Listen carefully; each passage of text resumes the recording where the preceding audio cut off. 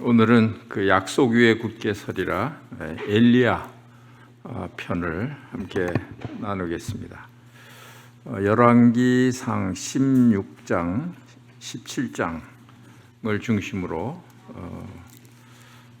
말씀을 나누려고 합니다. 열왕기상 16장, 17장인데 16장 29절부터 마지막 절까지 제가 먼저 읽어드리겠습니다.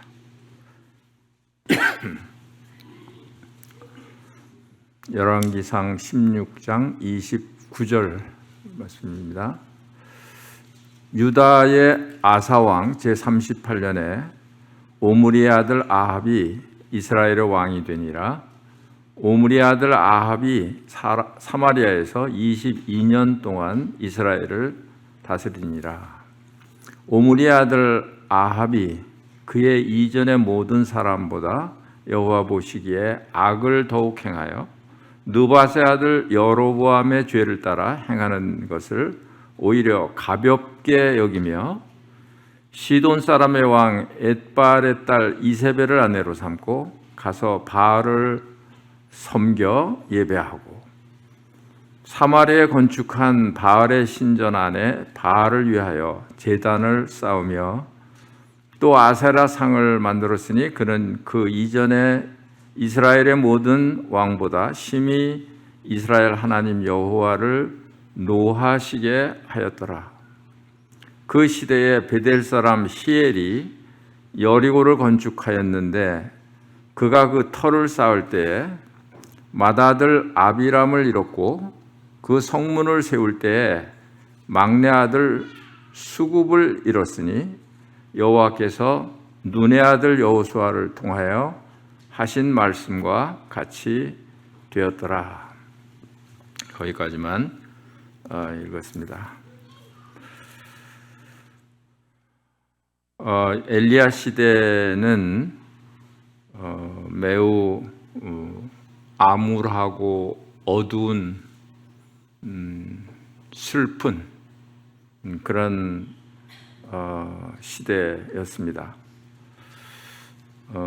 엘리야는 그 북이스라엘의 선지자지요.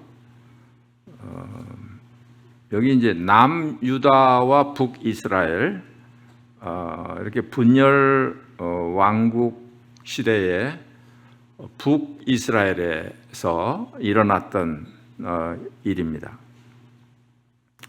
그래서 여기 유다 아사 왕에 대해서 말씀을 시작하고 또 아합 이스라엘 왕이 된 아합에 대해서 말씀하고 있는데 이것은 이 시대를 좀 이렇게 정확하게 알리기 위해서 유다 나라의 그 아사 왕도 여기 언급이 되어 있고 그 시대가 그 어떤 시대인지를 보여주기 위해서 기록을 하고 있습니다. 34절에도 보면 그 시대에 베델 사람 히엘이 그 시대, 여기에서는 이 말이 중요합니다. 시대, 그 시대가 어떤 시대냐 하는 게 중요합니다. 이 시대는 아합이 이스라엘 왕으로 다스린 시대예요. 22년 동안 다스린 시대였는데 이 아합 왕은 이스라엘의 그 왕들 중에서도 아주 포악하기로 하나님 앞에 악을 행하고 모든 왕들보다 더 심하게 그렇게 악을 행한 그런 아주 악명이 있는 그런 왕이다라고 볼 수 있습니다.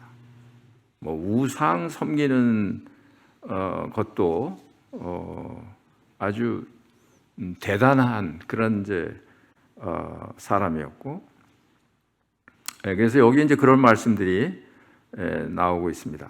30절에도 보면 오므리의 아들 아합이 그의 이전의 모든 사람보다 여호와 보시기에 악을 더욱 행하여 느밧의 아들 여로보암의 죄를 따라 행하는 것을 오히려 가볍게 여기며, 여로보암은 북이스라엘의 일대 왕입니다. 첫 왕이죠.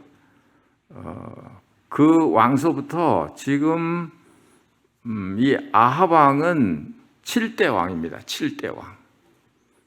그러니까 아합 왕 전에 여로보암서부터 아합 왕까지 7명의 왕이 있었는데, 그 왕들이 하나같이 다 악했었는데 그와는 비교할 수 없을 만큼 이 아합 왕은 하나님 보시기에 아주 더욱 악을 행하는 그런 왕이었다, 이렇게 기록을 하고 있습니다. 그 행위가 그 뒤에 기록이 되어 있는데 31절에 보시면 느밧의 아들 여로보암의 죄를 따라 행하는 것을 오히려 가볍게 여기며, 이게 무슨 말입니까? 악을 행하는데 그걸 아주 가볍게 여겼다. 그거보다 훨씬 더 아주 마음을 놓고, 마음을 정해놓고 의도적으로 그렇게 아주 악을 행하기로 작정을 했다. 뭐 그렇게 이제 설명할 수도 있을 것 같습니다. 어느 정도냐 하면 그 아내 이세벨을 데리고 왔는데, 사실은 이스라엘 백성들에게는 그 이방인들과 통혼하는 것이 금지되어 있지 않습니까?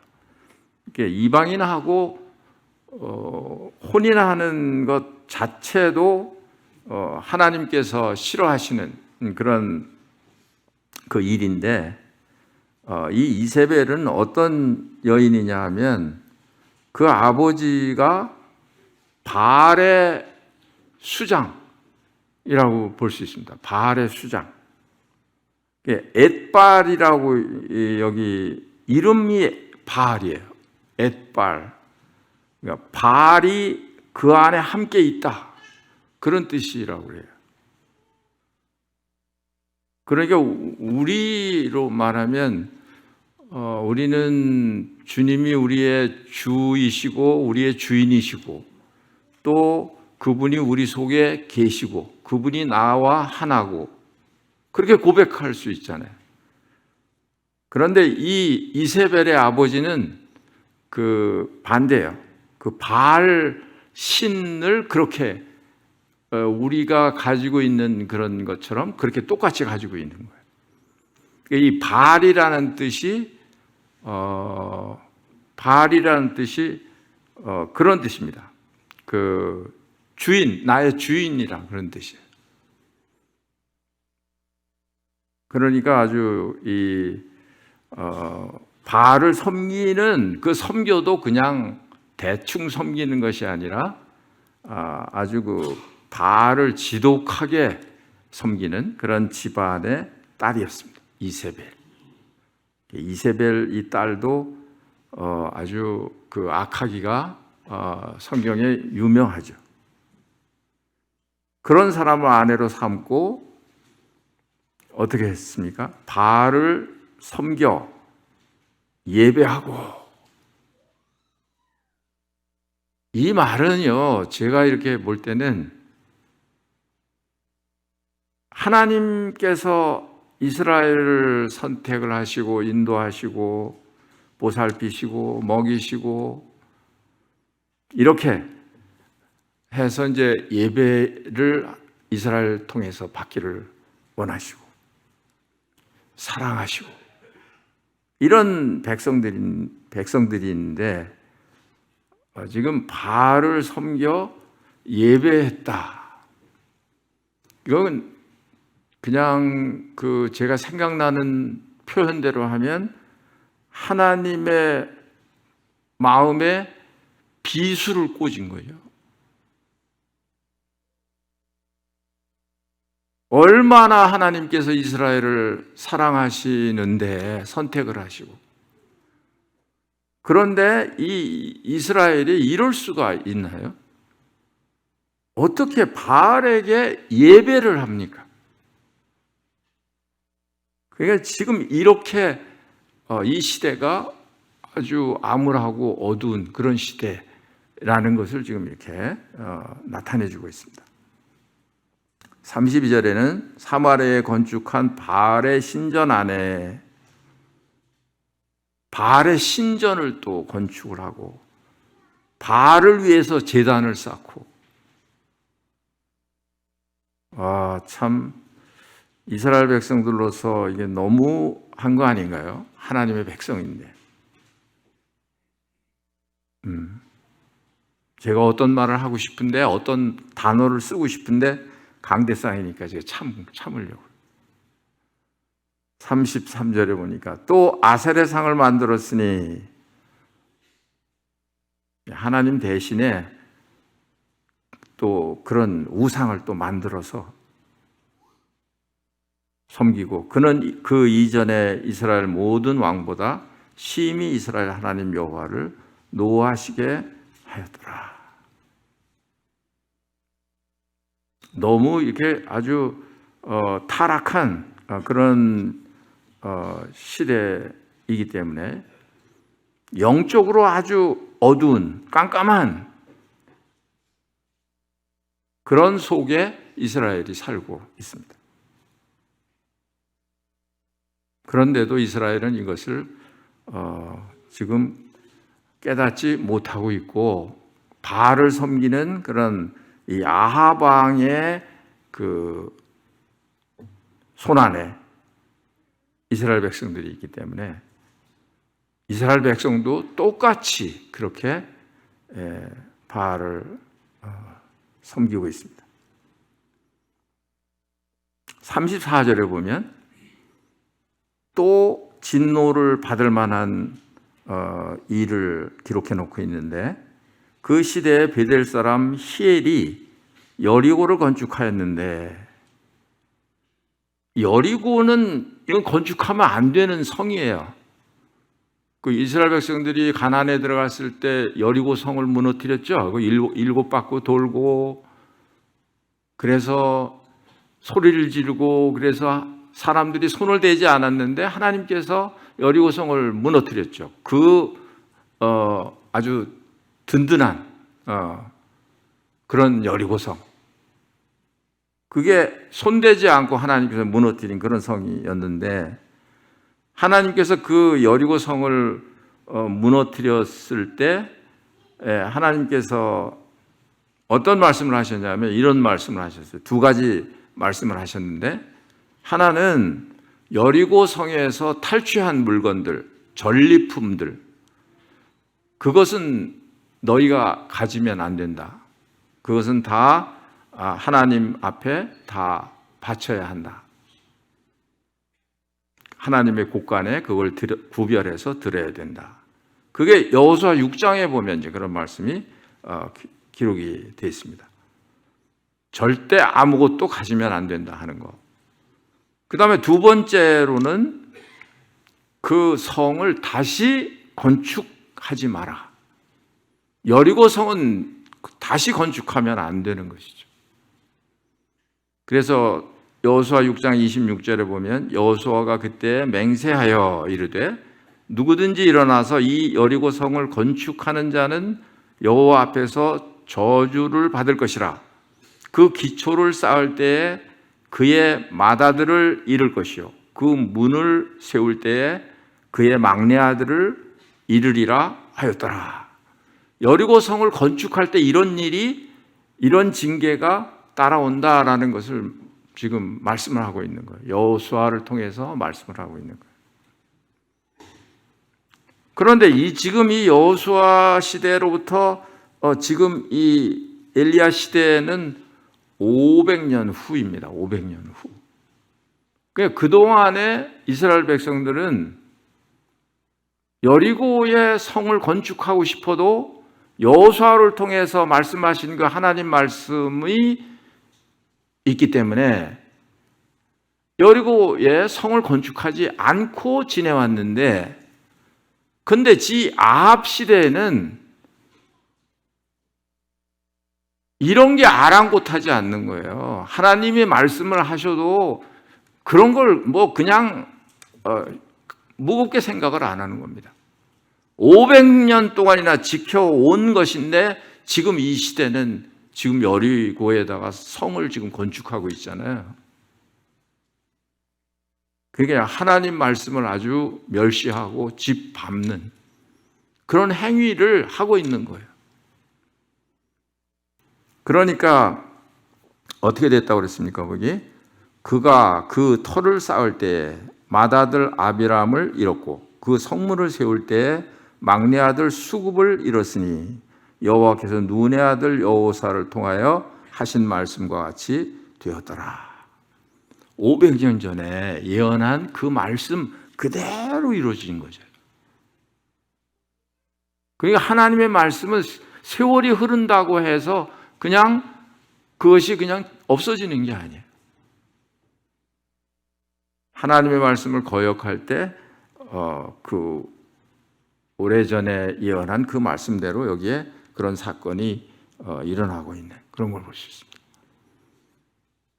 그러니까 지금 이스라엘은 양식이 없거나 지금 그런 건 아니에요.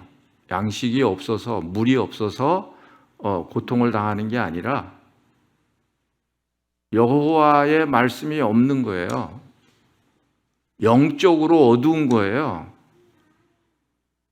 어떤 그 육체적으로 이런 삶에서 어려운 것보다도 더 어려운 것은 이런 영적으로 더 어려운 이게 더 어려운 거예요.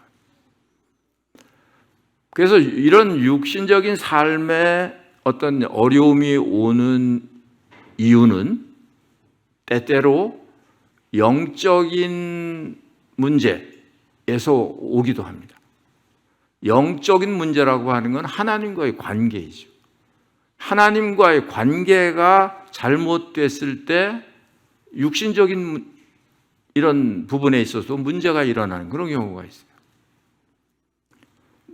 이런 말씀 있잖아요. 내 영이 잘됨 같이 범사에 잘되고 강건하기를 원한다.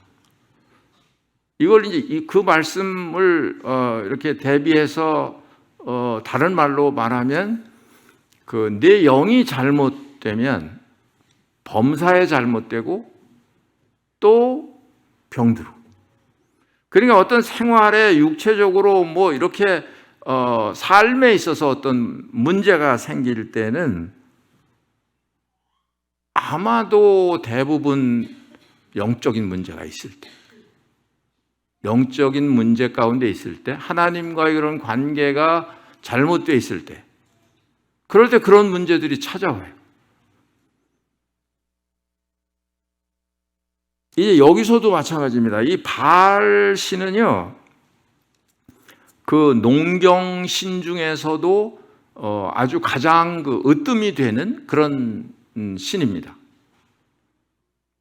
그러니까 이스라엘 백성들이 하나님께서 비를 내리고 햇빛을 주시고 그렇게 해서 곡식을 얻게 하고 살게 하는 이것을 알고 그 하나님께 예배하고 이게 정상인데 지금 이스라엘 백성들은 하나님이 없기 때문에 하나님을 잃어버렸기 때문에 그 대신에 이 농경신은 바알신을 그렇게 이제 섬기고 있는 거예요.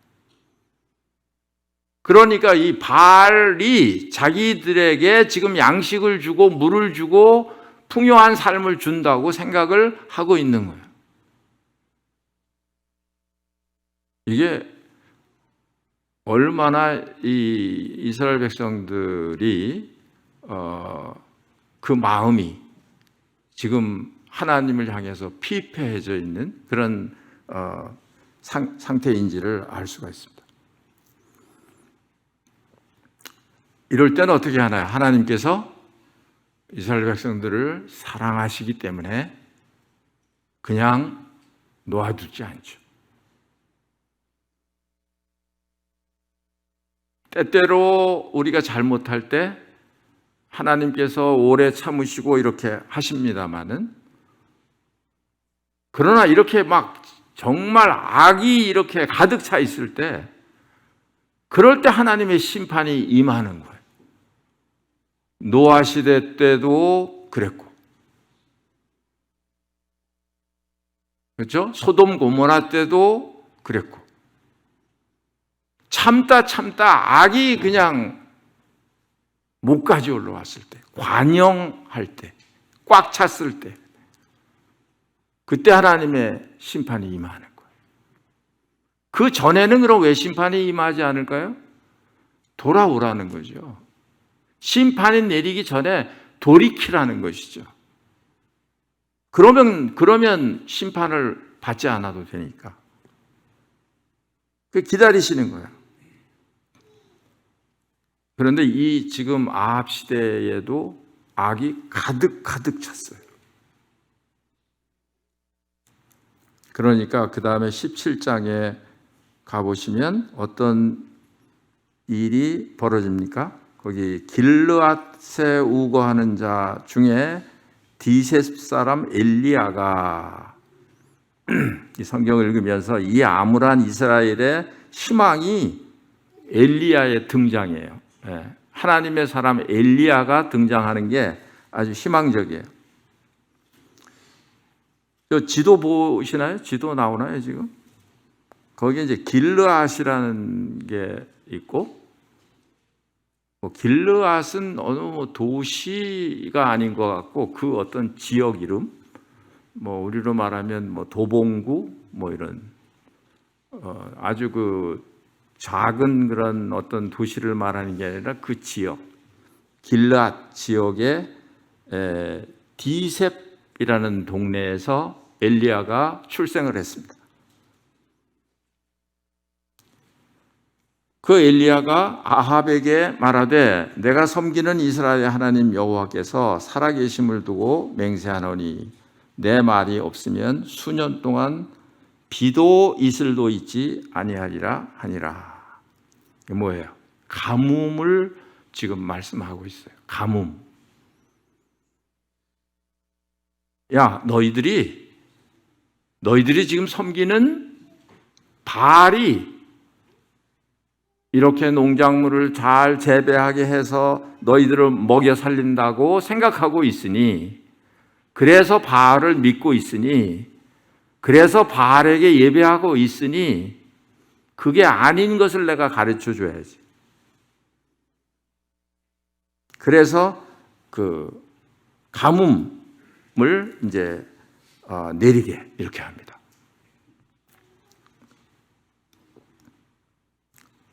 얼마나 그 가뭄이 심했느냐 하면 이제 물까지 마르고, 물론 물이 없으면 농사도 지을 수 없는 것이고, 그러니까 이 엘리야가 숨어서 살아야 돼요. 왜 숨어서 살까요? 왜 하나님께서 엘리야를 그리시네가로 가서 숨으라고 말씀을 하셨을까요? 네, 모르시죠? 네, 당연합니다. 저는 다 이제 말씀 준비하느라고 여러 번 읽어서 제가 알고 있습니다. 왜 시내가에 숨으라고 했느냐 하면, 엘리야가 아합 왕에게 가서 이제 수년 동안 비도 이슬도 내리지 않겠다고 얘기를 하는 그 자체는, 이건 그냥 쉬운 게 아니에요. 그러지 않아도 엘리야는 아합에게 미운 털이 박혀 있는데 와서 이런 저주를 한단 말이죠. 그런데 이 악한 아합이 엘리야를 살려두겠습니까? 찾아서 죽이죠. 그 뒤에 18장 10절에 보면 그런 사실을 기록해 놓고 있습니다.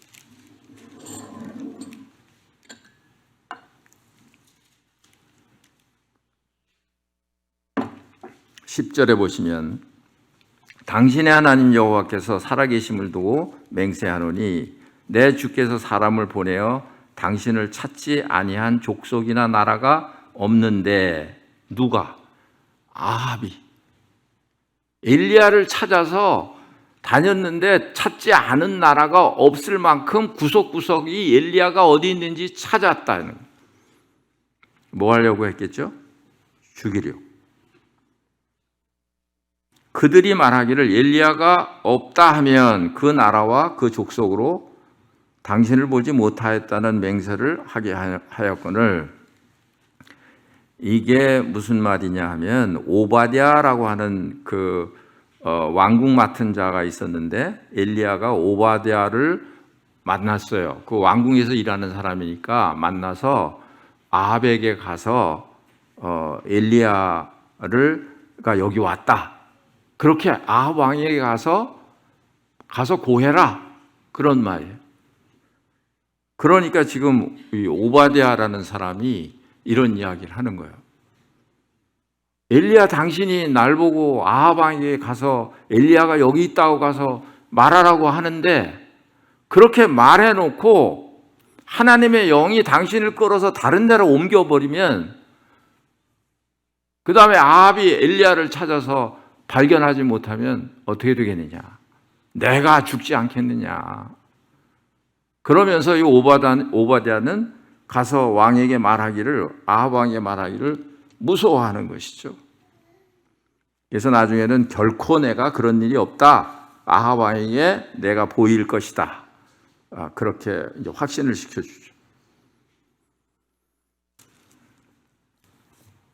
그러니까 이 엘리야를 찾아서 이 아합이 이렇게 죽이려고 했던 이제 이런 것을 여기서 볼 수가 있습니다.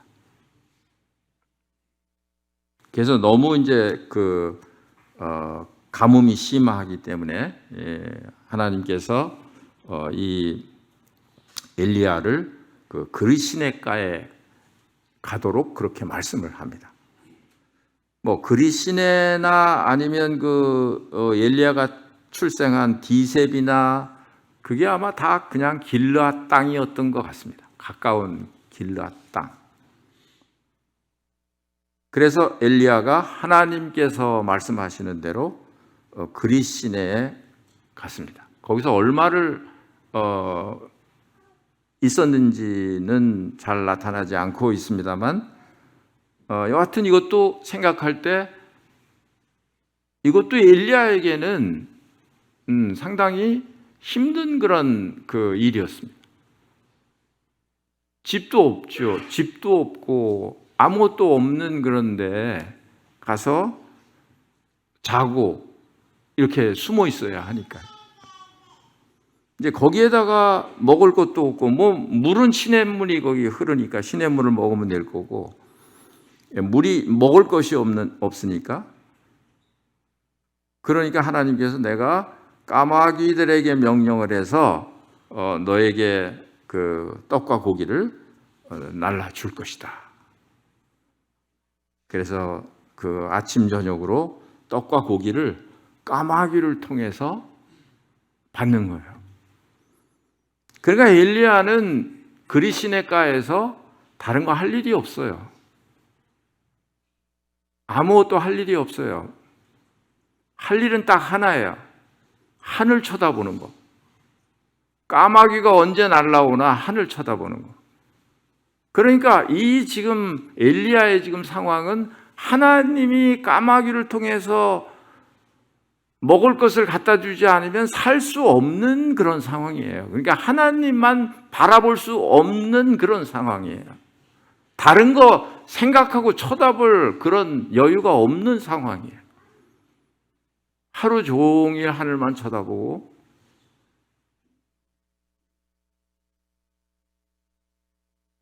그런데 그것마저도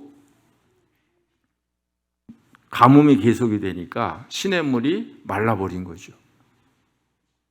그냥 마실 물이 없는 거예요. 이제 저는 그렇게 이해를 했어요. 까마귀는 물을 가져다 주기는 어렵잖아요. 근데 떡은 어떻게 가지고 왔을까? 쓸데없는데 이렇게 궁금한 게 많아요. 고기는 뭐 이 까마귀니까 어느 짐승에 가가지고 한 저름 뚝 떼서 가져올 수도 있고 뭐 이런데, 떡은 그거는 곡식을 이렇게 빻아가지고 뭐 이렇게 만들어야 되는 거예요. 제조를 해야 되는 거잖아요, 떡은. 그럼 이 까마귀가 그 곡식을 다 빻아가지고 뭐 이렇게 묻혀서 떡을 만들었나? 근데 이해가 잠깐 안 되다가 어떤 생각이 났냐 하면, 그 하나님께서 이스라엘 백성들을 그 광야에서 먹이셨잖아요, 40년 동안이나. 그럴 때 뭘 내리셨죠? 만나를 내리셨잖아요. 그 만나가 무슨 곡식이에요? 곡식 아니에요. 하나님께서 제조하신 꿀 섞은 과자 같은 거예요. 완성품이에요. 그냥 먹으면 되는 거예요. 그러니까 하나님께서 이스라엘 백성들을 만나로 먹이셨는데 하나님께서 떡을 만드셔가지고 뭐 공급하는 게 뭐 그렇게 대단한 일은 아니겠구나. 그렇게 이제 이 엘리야를 먹이신 거예요. 이제 물이 떨어지니까, 시냇물이 마르니까 그 다음에 하나님께서 엘리야에게 또 말씀하십니다. 8절에 보니까 여호와의 말씀이 엘리야에게 임하여 이르시되 너는 일어나 시돈에 속한 사르밧으로 가서 거기서 머물라. 내가 그곳 과부에게 명령하여 내게 음식을 주게 하였느니라. 시돈, 그 사르밧은 좀 떨어진 데요. 거기서 한 120km 정도 되는 그런 데입니다. 그러니까 아마 서울에서 대전 조금 못 미치는 정도, 그 정도 거리예요.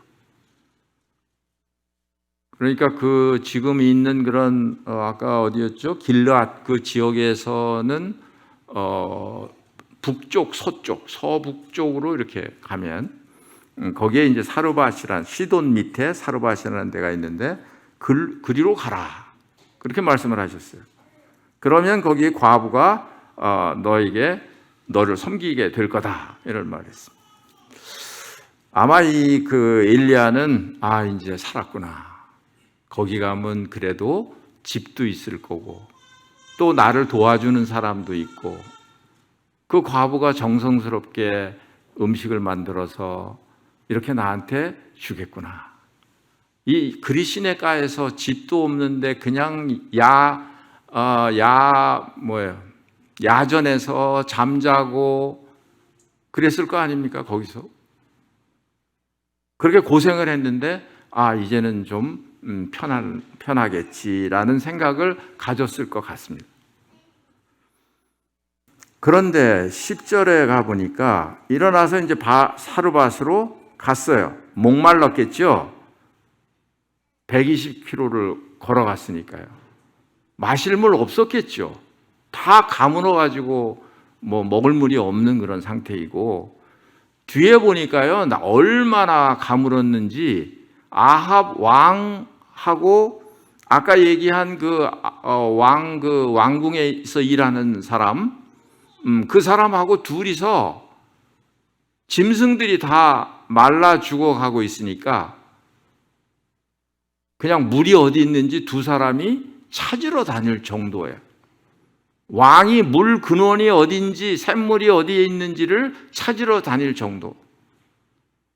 그게 이제 조금 지나면 뭐 가축이고 뭐 사람이고 다 죽을 수밖에 없는 그런 상황. 그러니까 아마 엘리야도 그 물이 필요했겠죠. 가가지고 어떤 과부를 만났습니다. 뭐라고 그랬습니까? 그릇에 물을 조금 가져다가 내가 마시게 하라 그랬습니다. 그 과부가 아무 거부감이 없어요. 그리고 물을 가지러 갑니다. 물을 가지러 가는데 또 불러. 이 남자가 왜 또 불러? 이 사르밧 과부는 심정이 어떻겠습니까?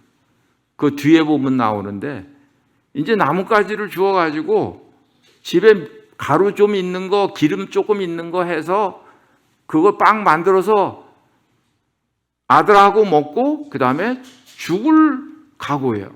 먹을 게 없으니까. 그런 심정으로 지금 나뭇가지를 줍고 있는데,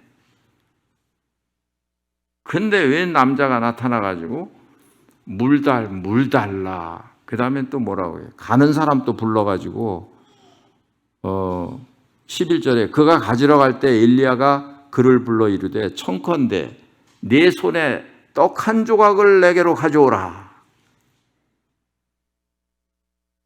이 사람은 또 뭔가, 그렇죠? 이 과부가 하나님께서 예비하신 그런 과부가 아니었으면 반응이 어떨까요? 뭔 소리가 막 나왔을 것 같아.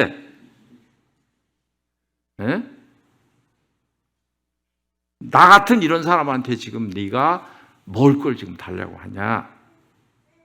12절 보니 그가 이르되 당신의 하나님 여호와께서 살아계심을 두고 맹세하노니 나는 떡이 없고 다만 통에 가루 한 움큼과 병에 기름 조금뿐이라. 내가 나뭇가지를 둘을 주어다가 나와 내 아들을 위하여 음식을 만들어 먹고 그 후에는 지금 죽을 거야. 그런데 엘리야 얘기하는 거 보세요.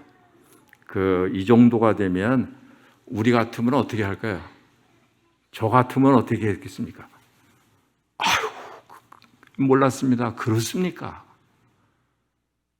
그러면서 미안해가지고 어쩔 줄 모르고 그랬을 것 같은데 엘리야가 13절에 보니까 그에게 이르되 두려워하지 말고 가서 네 말대로 하려니와 먼저 그것을 나를 위하여 작은 떡 한 개를 만들어서 내게로 가져오고 그 후에 너와 네 아들을 위하여 만들라.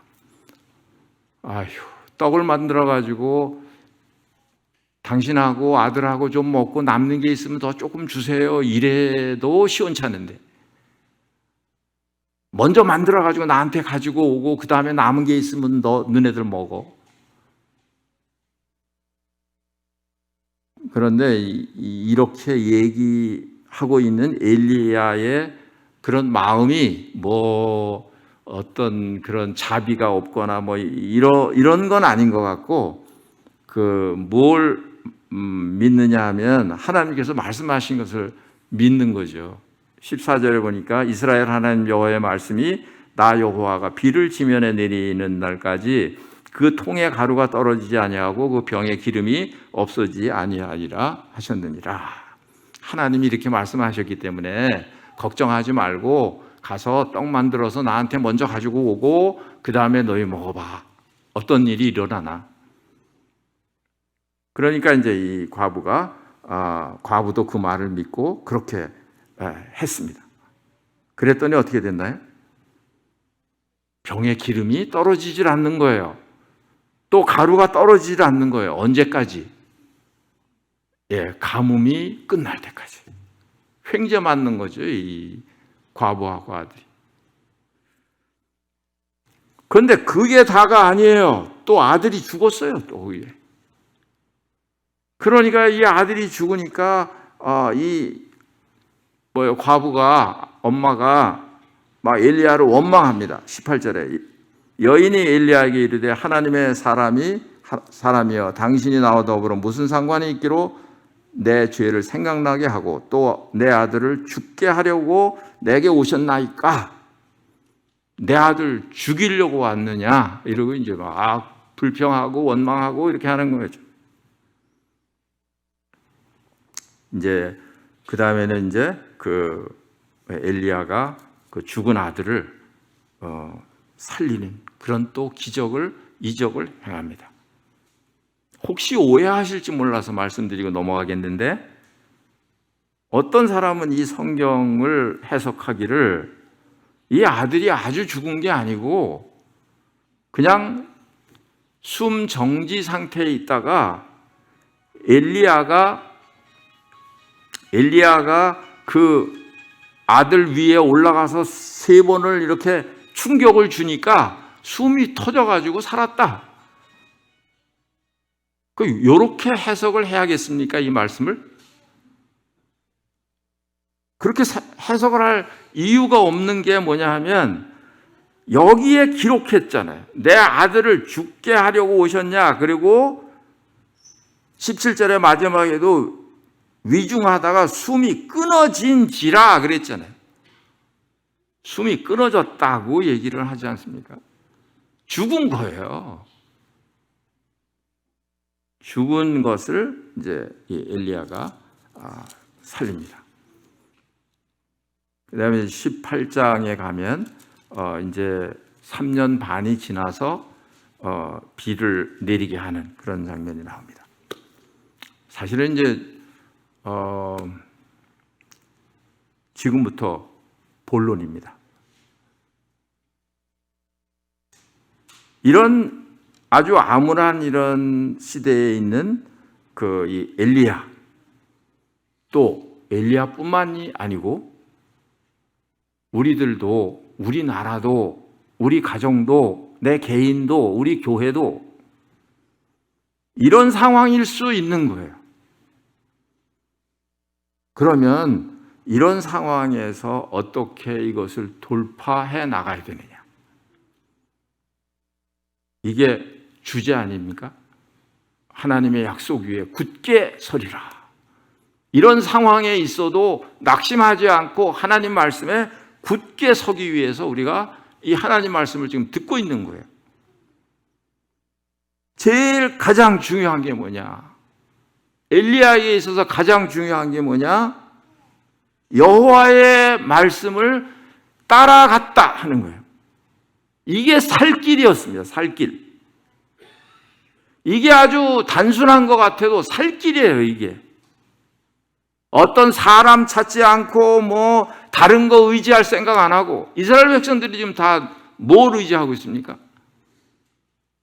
바알 신을 의지하고 있잖아요. 그 바알 신이 자기들을 살게 해주는 것처럼 믿고 그렇게 지금 예배하고 따르고 있잖아요. 그런데 그게 무용지물이잖아요. 지금 하늘에 비를 내리지 않으니까. 그러니까 이 엘리야, 또 우리에게 있어서 이런 상황을 헤쳐나가는데 가장 중요한 것은 뭐냐? 하나님 말씀을 따라가는 거예요. 이해가 안 돼도 따라가는 거예요. 그럴 가능성이 안 보여도 따라가는 거예요. 죽을 것 같아도 따라가는 거예요. 그리 시냇가로 가라. 엘리야가 거기 모르겠습니까? 상황을. 하나님 거기 가면 뭘 먹고 거기서 지내라고, 어디서 자라고, 아무것도 없는 거기에 나를 가라고 하시냐? 이 사람 생각이 많이 섞여지면 이렇게 되겠죠. 그렇지만 엘리야는 그렇게 하지 않았습니다. 그러니까 그런 여호와의 말씀을 따라갔다, 이런 표현들이 많이 나오고 있습니다. 17장 2절에 보면 여호와의 말씀이 엘리야에게 임하여 이르시되, 그런 말씀이 있어요. 8절에도 여호와의 말씀이 엘리야에게 임하여 이르시되, 그런 말씀이 있습니다. 계속해서 엘리야는 하나님의 말씀을 듣고 따라가는 거예요. 그러니까 하나님의 말씀이 내 발에 내 발의 등이고 내 길에 빛이고, 어두운 길을 비춰주는 것은 하나님의 말씀이에요. 하나님의 말씀을 쫓아가야 어두운 데서 빛을 발견하고 문제없이 가는 거예요. 내 발의 등이에요. 그러니까 우리가 하나님 말씀을 얼마나 가까이 해야 되겠느냐 하는 것이죠. 그렇죠? 모르면 어두운 가운데 계속 살아야 되는 것이니까. 엘리야가 여호와의 말씀을 듣지 않았으면 그냥 길르앗 지방에서 똑같이 당하고 있어야 되니까. 그렇지 않습니까?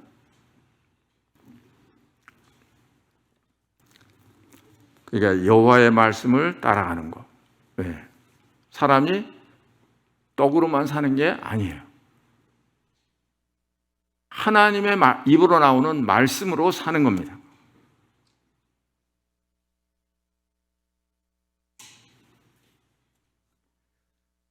이스라엘 백성들은 떡만 있으면 됐어요. 그냥 먹고 사는 문제만 해결되면 하나님이 계시든지 안 계시든지, 내가 하나님께 예배를 드리든지 바알에게 예배를 드리든지,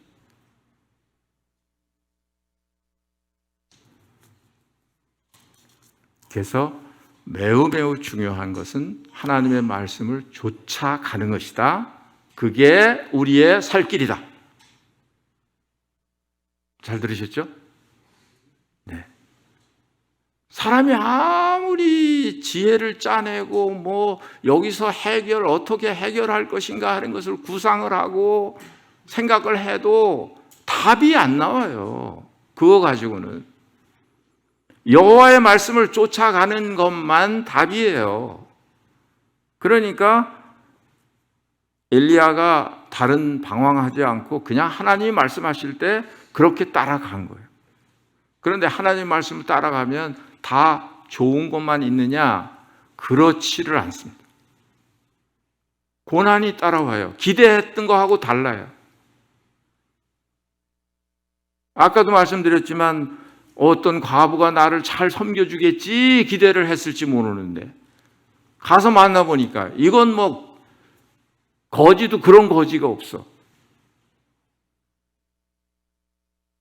그야말로 찢어지게 가난한 과부에게 하나님이 엘리야를 인도하신 거예요.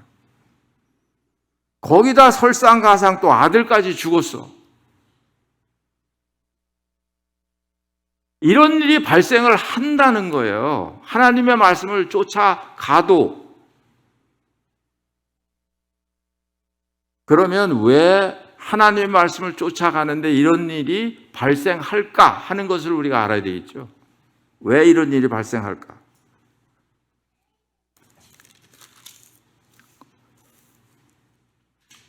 그 답이라고 생각합니다. 17장 24절 말씀해 보시면,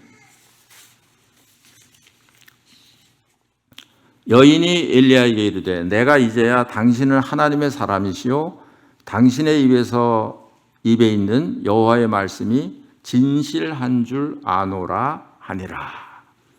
이 과부가 이제야 알았다 그렇게 말해요. 이런 일을 겪지 않았으면 알 수 있을까요, 없을까요? 알 수 있을까요, 없을까요? 알 수 없어요. 여러분이나 제가 성경만 읽어가지고 하나님을 알 수 있을까요, 없을까요? 다 알지 못해요. 왜 그럴까요? 이런 일을 겪어야, 그래야 알지요. 그리시네가도 가보고, 사르밧 과부의 집에도 가보고, 아들 죽어서 원망도 들어보고, 이럴 때 믿음이 없으면 어떻게 할까요? 낙심하고 실망하겠죠. 왜 하나님이 나를 이렇게 인도하시냐? 왜 이런 일을 당하게 하시냐? 그래서 왜 나를 이렇게 원망을 듣게 하시냐? 더군다나 이 불쌍한 과부 처지에 있는 사람한테. 이게 하나님께서 인도하시는 게 이게 뭐냐? 이렇게 되겠죠. 그런데 그것을 이길 수 있는 건 뭐죠? 하나님의 말씀이에요. 그것도. 그때마다 주시는 그런 하나님의 말씀. 엘리야가 그 말씀을 귀담아 듣고 믿고 그렇지 않았다면 엄청난 실망을 했을 것 같아요. 엄청난 실망을 했을 것 같아요. 원망을 했을 것 같아. 엘리야도. 얼마나 이 시대가 악한 시대였으면요, 나중에 보니까 엘리야가 우울증 걸렸어요. 요즘 시대에 흔한 그 우울증 걸렸어요. 그래서 로뎀나무 밑에 가지고 죽기를 바라고.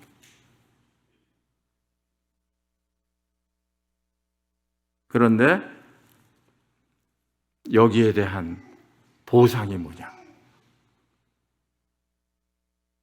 엘리야가 세상에서 죽음을 보지 않고 하늘로 올라갔어요.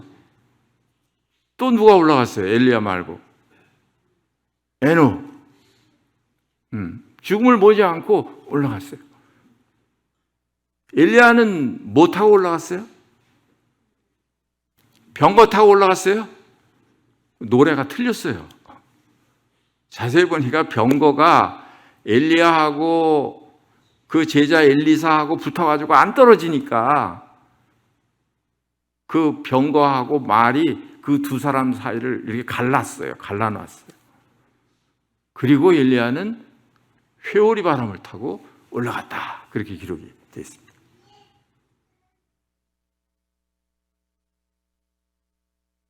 그러니까 우리가 하나님의 말씀을 따라가는 길에는 이런 여러 가지 어려움이 있다. 그런데 결국은 하나님께서 하나님의 약속을 이루신다. 간증할 게 너무 많아요. 간증할 것이.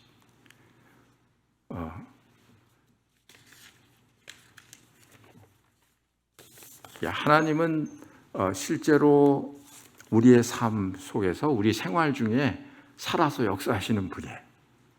우리 생애 가운데 살아서 움직이시는, 살아서 역사하시는 그런 분이세요. 그 당시에는 잘 몰라요.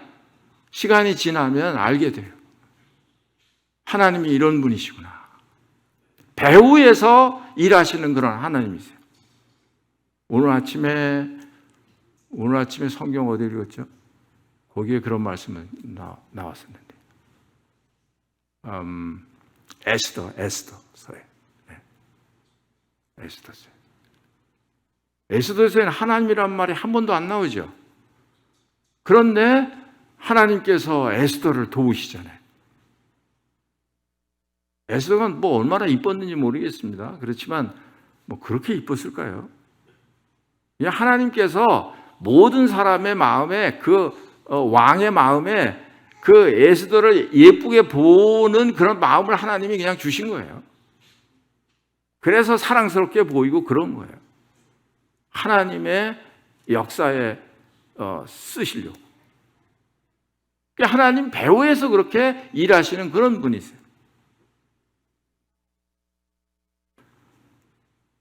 의심 없이 하나님 말씀을 따랐던 엘리야처럼 우리도 이 어두운 세상을 빛 대신 그 하나님의 말씀, 그 말씀을 붙들고 나가지 않으면 다른 방법이 없다.